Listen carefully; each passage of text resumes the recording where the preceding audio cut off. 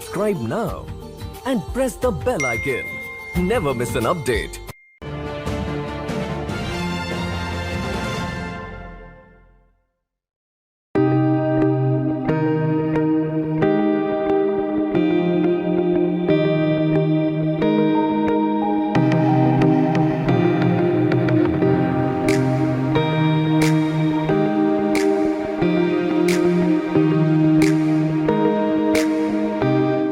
Namaste, konnichiwa. Welcome to the Nupur Tewari Show, presented by Heal Tokyo and Heal India. And today we have another special guest, and he is India's PIL man, Mr.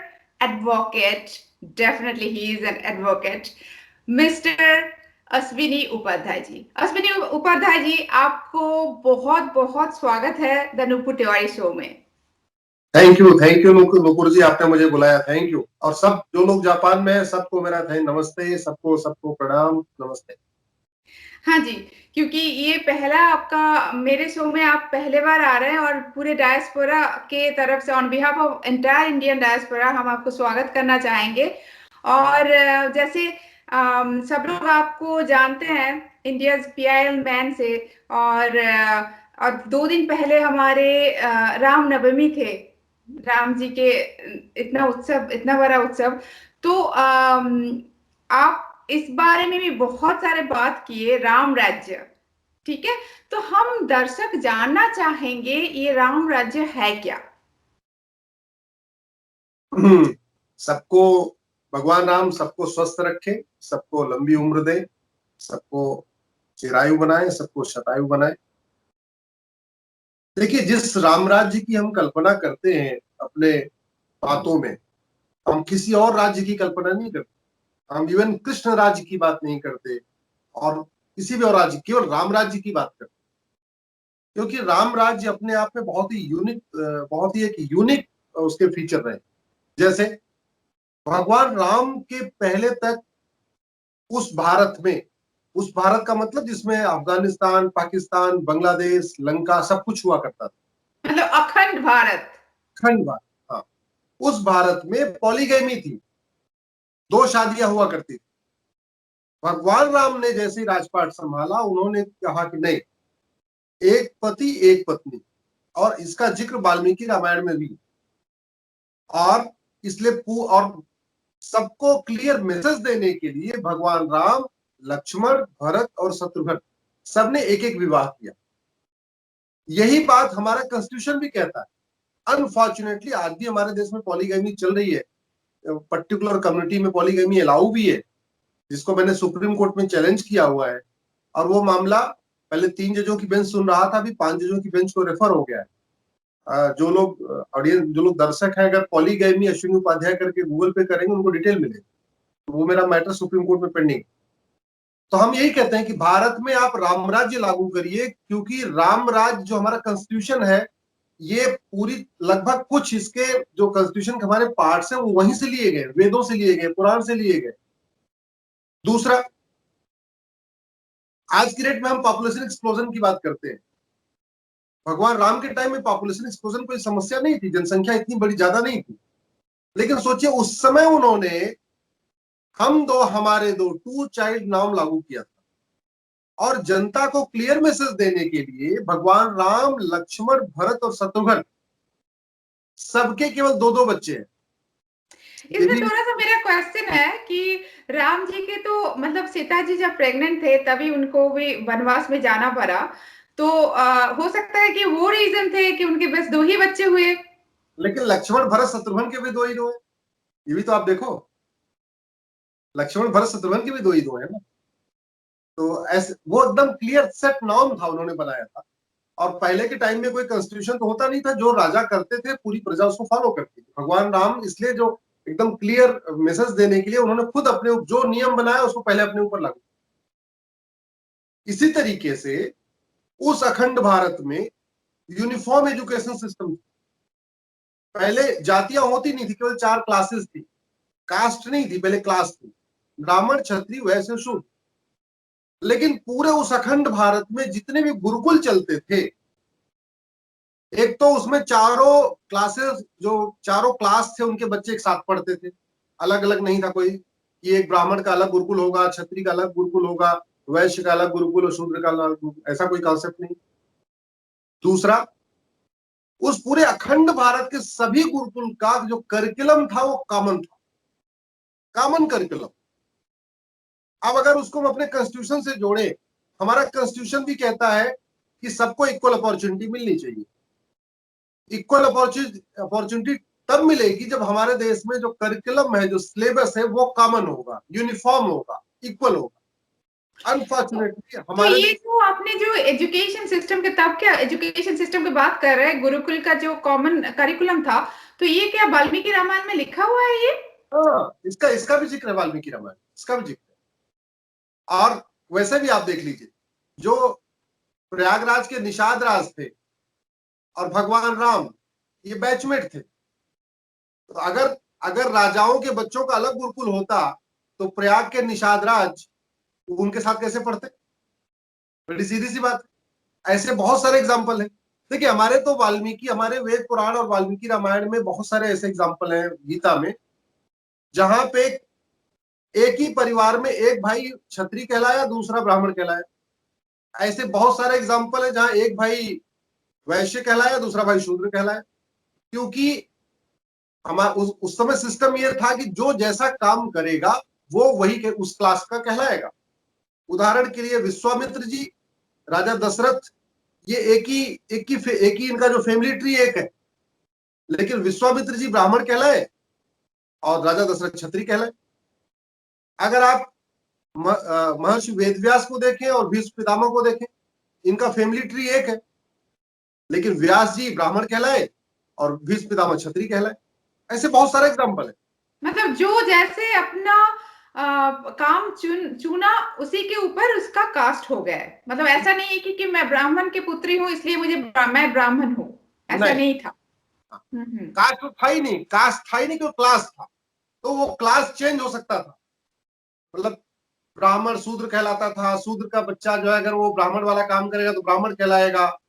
ऐसे ही वैश्य का बच्चा अगर वो business नहीं करेगा, क्षत्रिय वाला काम करेगा तो क्षत्रिय कहलाएगा। ऐसे बहुत सारे एग्जाम्पल है, बहुत एग्जाम्पल है। तो जो आज हम रामराज जी की बात कर रहे हैं, तो रामराज जी की जो सबसे पहला बेसिक वो था कि वहां यूनिफॉर्म एजुकेशन सिस्टम था। और उसके लिए मैंने सुप्रीम कोर्ट में पीआईएल दाखिल किया कि भारत में आज भी सीबीएसई बोर्ड अलग किताब पढ़ा रहा है, आईसीएसई बोर्ड अलग किताब पढ़ाता है, यूपी के बच्चे अलग, यूपी बोर्ड के बच्चे अलग किताब पढ़ते हैं, बिहार बोर्ड के बच्चे अलग किताब पढ़ते हैं, दिल्ली बोर्ड के बच्चे अलग किताब, महाराष्ट्र बोर्ड के बच्चे अलग किताब। जब हमारा कॉन्स्टिट्यूशन कहता है सबको इक्वल अपॉर्चुनिटी मिलनी चाहिए, तो इक्वल अपॉर्चुनिटी तब मिलेगी जब आपका करिकुलम एक होगा, सिलेबस एक होगा।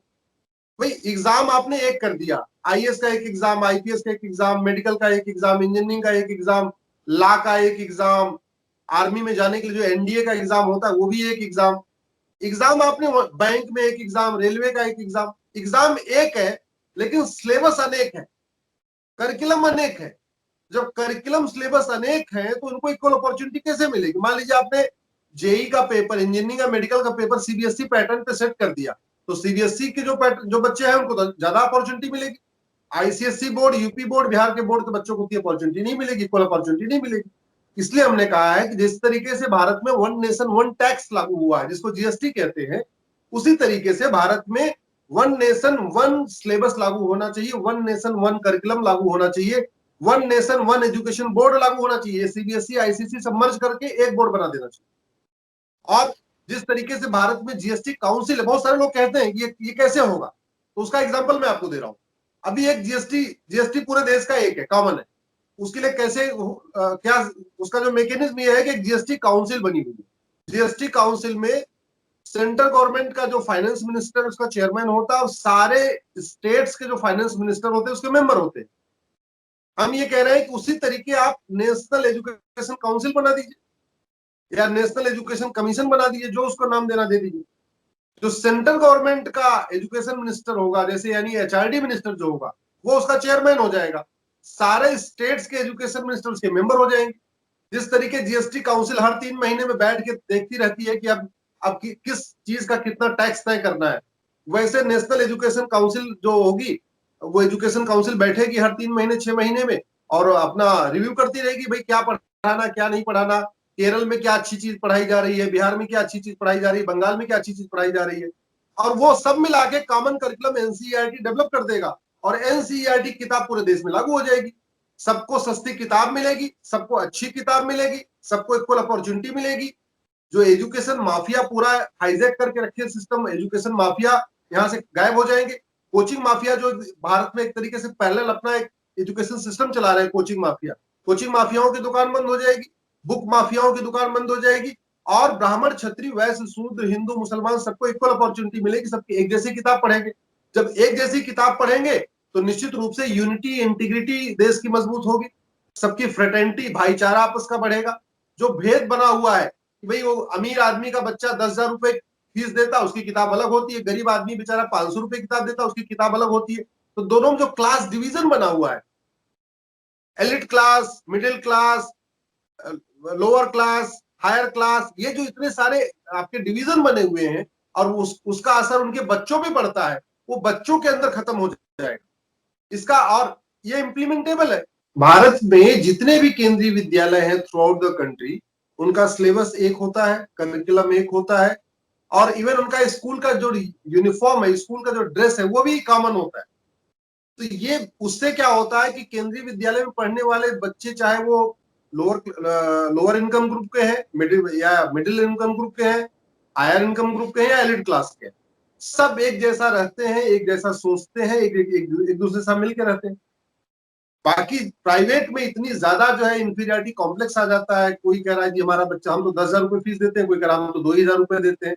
वो मुझे लगता है कि अगर भारत में यूनिफॉर्म एजुकेशन सिस्टम लागू होगा, जैसा भगवान राम के टाइम में लागू था, तो उससे सबको इक्वल अपॉर्चुनिटी मिलेगी, देश की एकता और अखंडता मजबूत होगी, आपस में भाईचारा बढ़ेगा, जातिवाद कम होगा, भाषावाद जो कास्टिज्म है वो कम होगा, कम्युनलिज्म कम होगा, रीजनलिज्म कम होगा, जो क्षेत्र के आधार पर लोग बटे हुए हैं।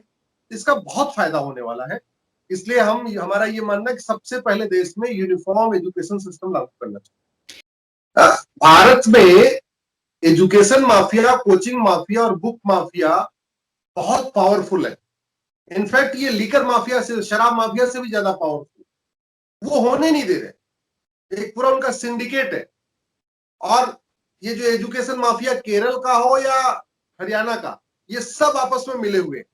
वो नहीं चाहते हैं कि भारत में सीबीएसई और आईसीएसई मर्ज कर दिया जाए, क्योंकि वो उनकी जो मोनोपोली बनी हुई है, मोनोपोली खत्म हो जाएगी। इसी तरीके से कोचिंग माफिया, अगर सिलेबस कॉमन हो जाएगा, करिकुलम कॉमन हो जाएगा, तो फिर कोचिंग में लोग नहीं करना पसंद करेंगे। जनरली जो केवीएस के बच्चे, वो कोचिंग में कम जाते हैं, प्राइवेट स्कूल वाले कोचिंग में ज्यादा जाते हैं, केंद्रीय विद्यालय के बच्चे कोचिंग कम जाते हैं, क्योंकि उनका इक्वल, सब कुछ इक्वल है, सब उनका सिलेबस कॉमन होता है, करिकुलम कॉमन होता है। तो ये कोचिंग माफिया भी नहीं चाहते हैं। हमारी लड़ाई जारी है, लेकिन जिस दिन इस देश का यूथ इस बात को समझ लेगा कि यूनिफॉर्म एजुकेशन के कितने फायदे हैं। भाई यूनिफॉर्म एजुकेशन से आपको इक्वल अपॉर्चुनिटी मिलेगी देश के सभी बच्चों, चाहे वो ब्राह्मण हो, क्षत्रिय हो, वैश्य हो, शूद्र हो, हिंदू हो या मुसलमान हो। यूनिफॉर्म एजुकेशन से, यानी कॉमन एजुकेशन सिस्टम से, भारत में कास्टिज्म खत्म होगा, जातिवाद खत्म होगा, कम्युनलिज्म खत्म होगा, रीजनलिज्म खत्म होगा। भारत में जो लिंग्विज्म खत्म हुआ, जो भाषाओं के आधार पर लोग बटे, वो कम होगा, जो क्षेत्र के आधार पर लोग बटे वो कम होगा।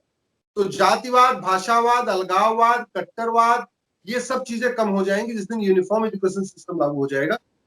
और वो तभी होगा जब आप जैसे लोग, इस देश के यूथ, भारत के, जो भारत में रहते हैं वो भारत के लोग, और जो भारत के बैठे हैं, जो भारत के बाहर रहते हैं भारत के लोग, ये सारे मिलकर एक बार यूनिफॉर्म एजुकेशन की मांग करेंगे तो निश्चित रूप से लागू होगा। भाई देखिए, यूनिफॉर्म सिविल कोड पे लोग चर्चा कर रहे हैं, लेकिन मेरा ये कहना है कि यूनिफॉर्म सिविल कोड से भी ज्यादा जो इंपॉर्टेंट है वो यूनिफॉर्म एजुकेशन सिस्टम है।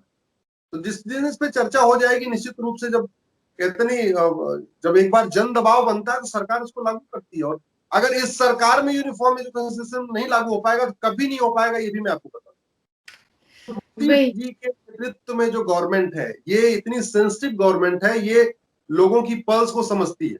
अगर इस मोदी जी के नेतृत्व में ये सरकार चल रही है, अगर इस सरकार में यूनिफॉर्म एजुकेशन सिस्टम नहीं लागू हो पाया तो कभी नहीं लागू होगा। इसलिए मैं सबसे कहता हूं, आप यूनिफॉर्म एजुकेशन सिस्टम के बारे में समझिए, इसकी डिमांड करिए। आप जो लोग अपने सांसद से नहीं मिल सकते उनको फोन करिए, उनको व्हाट्सएप करिए, उनको एसएमएस करिए, यूनिफॉर्म एजुकेशन की डिमांड करिए। आप उनको ट्विटर पे टैग करके यूनिफॉर्म एजुकेशन की डिमांड करिए। और यूनिफॉर्म एजुकेशन का मैंने आपको बताया कि केंद्रीय विद्यालय सबसे, एक मेरी डिमांड, एक मेरा आप इसमें ये भी कहना है कि केंद्रीय विद्यालय की संख्या भी बहुत कम है, बहुत लिमिटेड है, उसको भी बढ़ाने की जरूरत है।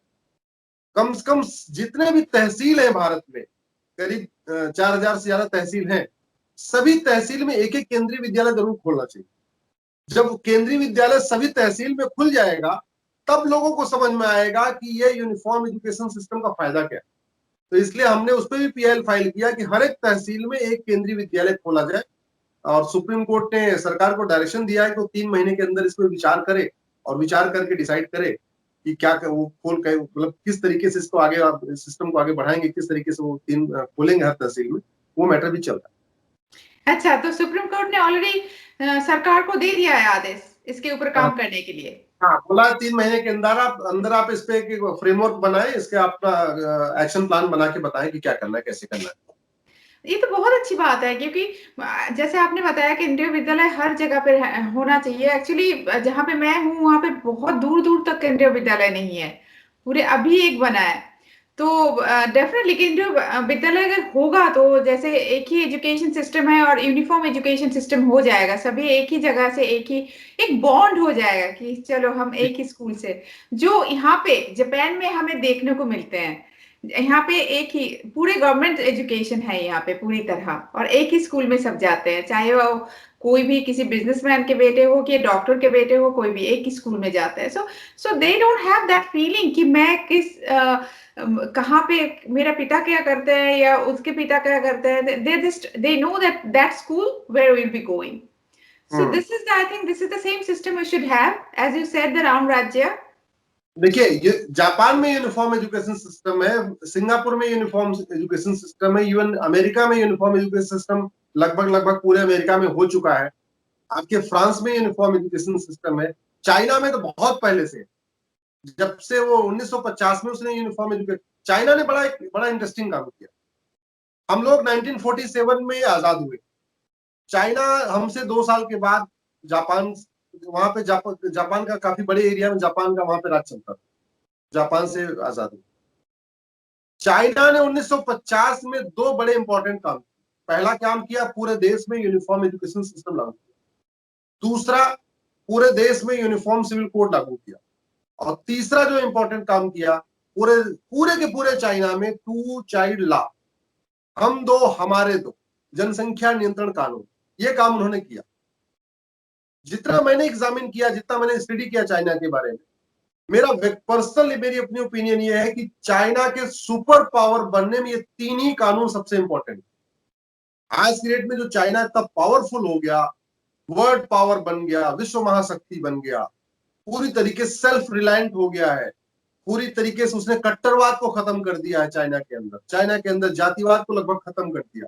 चाइना के अंदर भाषावाद का कॉन्सेप्ट मतलब बिल्कुल नहीं है। चाइना के अंदर क्षेत्र के आधार पर जो लड़ाइयां होती थी वो खत्म हो चुकी। उसका जो सबसे इंपॉर्टेंट था, उसका 3 कानून था, uniform education, uniform health care, uniform civil code और पॉपुलेशन कंट्रोल लॉ। तो चाइना ने बहुत अच्छा ये मॉडल अपनाया था। मुझे लगता है कि हमें हर देश से सीखने की जरूरत है, जापान से भी सीखने की जरूरत है। जापान में यूनिफॉर्म एजुकेशन सिस्टम, आपने खुद बताया कि वहां पे सबके बच्चे एक जैसी किताब पढ़ते हैं, वहां कोई भेदभाव नहीं, चाहे वो गरीब जो थोड़ा लोअर मतलब मिडिल क्लास का होगा या हायर क्लास का होगा, सबके बच्चे एक किताब पढ़ते हैं। यही सिस्टम चाइना में, यही फ्रांस में है, यही सिंगापुर में है, यही लगभग यूएस में भी है। हमें उसको जरूरत है। भारत में बिल्कुल जमीन आसमान का अंतर है एजुकेशन सिस्टम में। सरकारी स्कूल के बच्चे बिल्कुल अलग किताब पढ़ते हैं, प्राइवेट के बिल्कुल अलग किताब पढ़ते हैं। इवन सीबीएसई बोर्ड में भी बहुत सारा डिस्क्रिमिनेशन है। सीबीएसई बोर्ड का स्कूल जो 2000 रुपए फीस लेता है वो एक अलग किताब चलाता है, जो 5000 रुपए फीस लेता है एक अलग किताब चलाता है, जो 10,000 रुपए फीस लेता है एक अलग किताब चलाता है। तो even with in the board बिल्कुल डिस्क्रिमिनेशन। इसलिए हम कह रहे हैं कि सरकार जीएसटी काउंसिल की तरफ पे एजुकेशन काउंसिल बनाए, देश में यूनिफॉर्म एजुकेशन सिस्टम लागू करे, 1 nation 1 education board, 1 nation 1 syllabus, 1 nation 1 curriculum, और देश के सभी तहसीलों में एक केंद्रीय विद्यालय खोले। इससे अगले 10 साल के अंदर भारत में बहुत सारी समस्याएं खत्म हो जाएंगी। जातिवाद, भाषावाद, क्षेत्रवाद, कट्टरवाद, अलगाववाद बहुत कम होगा। देश की एकता, अखंडता मजबूत होगी, आपस में भाईचारा बढ़ेगा। ये जो बहुत सारे लोग, सेकुलर लोग लड़ाने की कोशिश करते हैं, सवर्ण बनाम दलित करने की कोशिश करते हैं, वो सारा चीजें खत्म हो जाएगी। बहुत अच्छे, बहुत कुछ सीखने को मिल रहा है हमें। और जैसे आपने बोला कि राम राज्य का जो पहला स्टेप है वो एजुकेशन से शुरू होनी चाहिए, तो दूसरा स्टेप क्या होना चाहिए? दूसरा जो था वो मैंने आपको बताया कि राम राज्य में भगवान राम ने उस समय पूरे देश में two child policy, population control policy को प्रमोट किया। तो दूसरा जो सबसे इंपॉर्टेंट है भारत के अंदर जो करने की जरूरत है, वो टू चाइल्ड पॉलिसी भारत में बहुत इफेक्टिवली लागू करने की जरूरत है। 2019 से मेरी पीआईएल सुप्रीम कोर्ट में चल रही है पॉपुलेशन कंट्रोल के ऊपर। देखिए, हमारा जो हमारे पास जमीन है वो दुनिया की मात्र 2%, पानी हमारे पास दुनिया का मात्र 4%, और पॉपुलेशन हमारी दुनिया की 20%। यानी जमीन 2% जमीन पे 20% लोग रहते हैं। अगर आप इसको कंपेयर करें यूएस के साथ, अमेरिका के साथ, अमेरिका का क्षेत्रफल भारत के क्षेत्रफल का 3 गुना है। अमेरिका की पॉपुलेशन 33 करोड़ है, भारत की पॉपुलेशन 150 करोड़। अब कुछ लोग कहते हैं आप 150 करोड़ कैसे बता रहे हैं? तो मैंने सुप्रीम कोर्ट में एफिडेविट दे के कहा है कि 2019 में 125 करोड़ लोगों का आधार बन गया, और आज भी हम जब 2021 में बैठे, आज भी 20% लोगों के पास आधार नहीं। भारत में जब तक कोई काम नहीं रुकता तब तक आधार नहीं बनवाया जाता। जैसे बच्चे का 10th का बोर्ड का फॉर्म भरना होगा तब आधार बनेगा, ये बैंक में अकाउंट खुलवाना है तब आधार बनेगा, 18 साल का जब बच्चा हो गया ड्राइविंग लाइसेंस बनवाना है तब उसका आधार बनेगा। नेचुरल वे में लोग आधार नहीं बनवाते कि पैदा होते आधार बनवा लिए, ऐसे काम नहीं करते आप।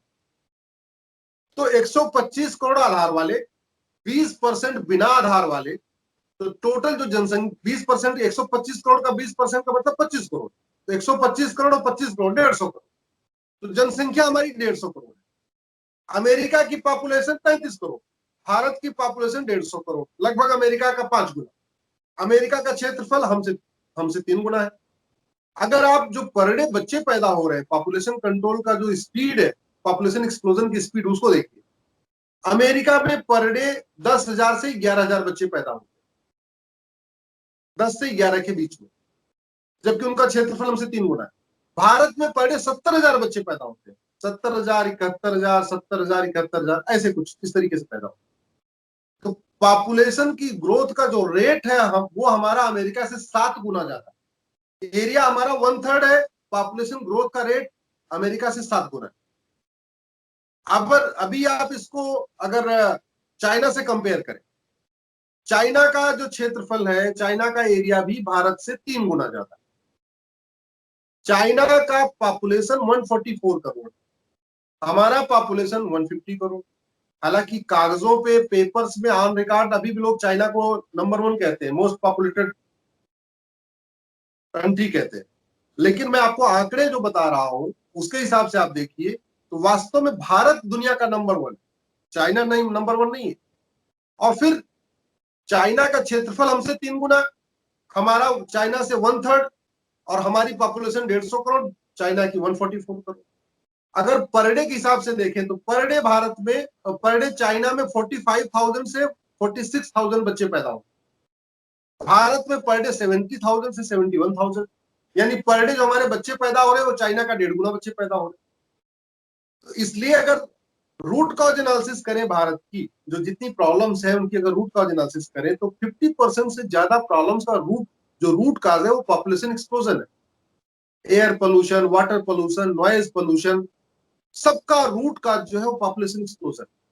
इवन जो क्राइम भारत में इतना बढ़ा हुआ है उसका रूट कॉज भी पॉपुलेशन एक्सप्लोजन है। पॉवर्टी का रूट कॉज पॉपुलेशन एक्सप्लोजन है। अनएम्प्लॉयमेंट का रूट कॉज पॉपुलेशन एक्सप्लोजन है। सड़क पे भीड़ है, रेल में भीड़ है, जेल में भीड़ है, तहसील में भीड़ है, थाने में भीड़ है, मार्केट में जाइए तो भीड़ है, हर जगह भीड़ है, उसका रूट कॉज पॉपुलेशन एक्सप्लोजन।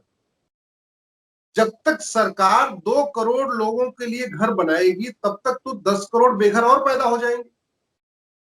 जब तक सरकार 2 करोड़ लोगों को एम्प्लॉयमेंट देगी, रोजगार देगी, तब तक 10 करोड़ बेरोजगार और पैदा हो जाएगी।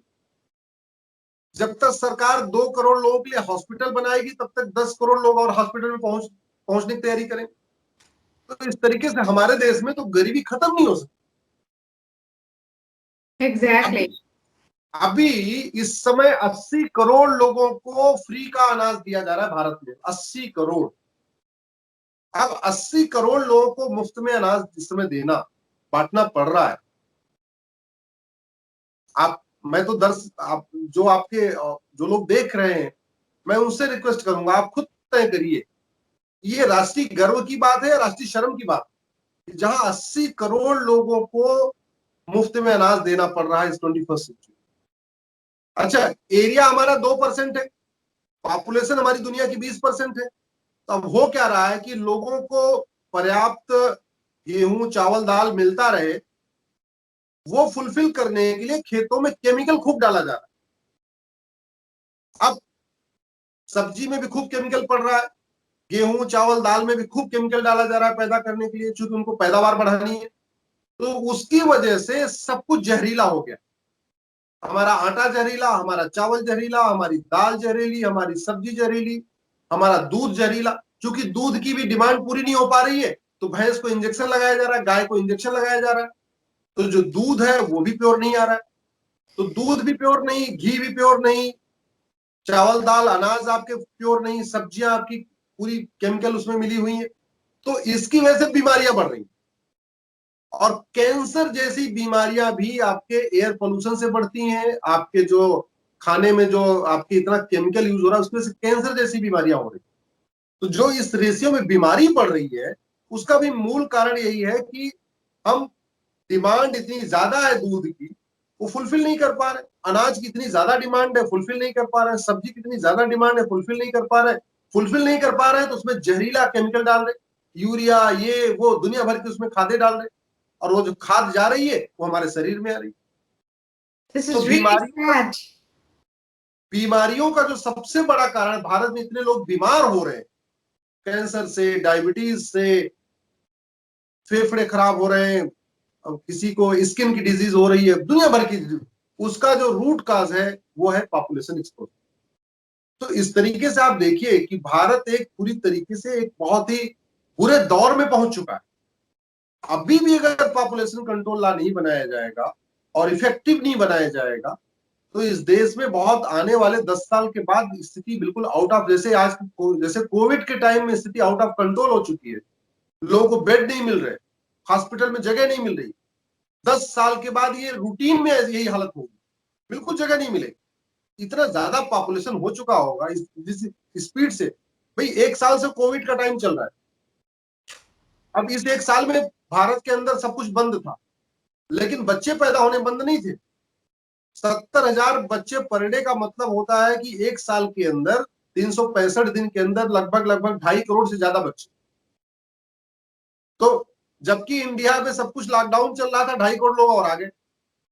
कहां से होगा उनके लिए व्यवस्था, कहां से उनके लिए खाना आएगा, कहां से पानी आएगा, कहां से अनाज आएगा। पानी हमारे पास 4% है, पॉपुलेशन 20% है। अब 4% पानी पे 20% पॉपुलेशन डिपेंड होगी, तो प्योर वाटर मिलेगा कहां से?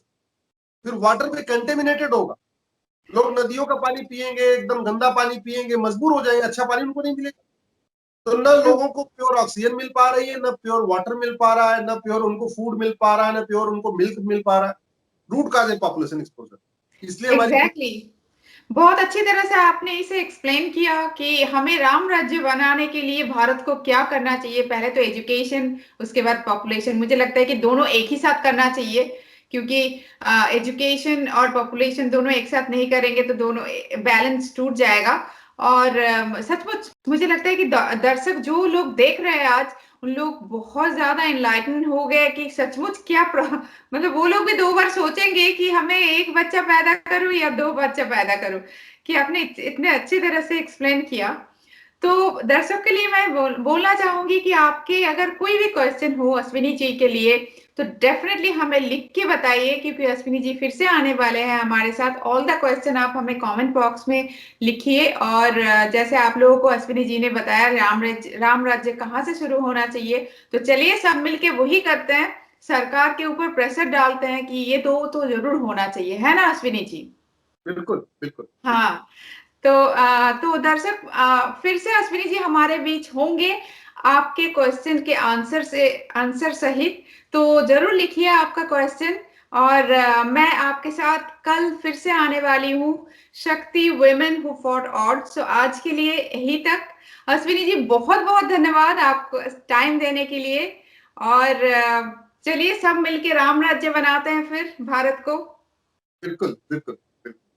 बहुत बहुत धन्यवाद अश्विनी जी, और शुभ रात्रि, गुड नाइट, वैस्मिना साई, नमस्ते।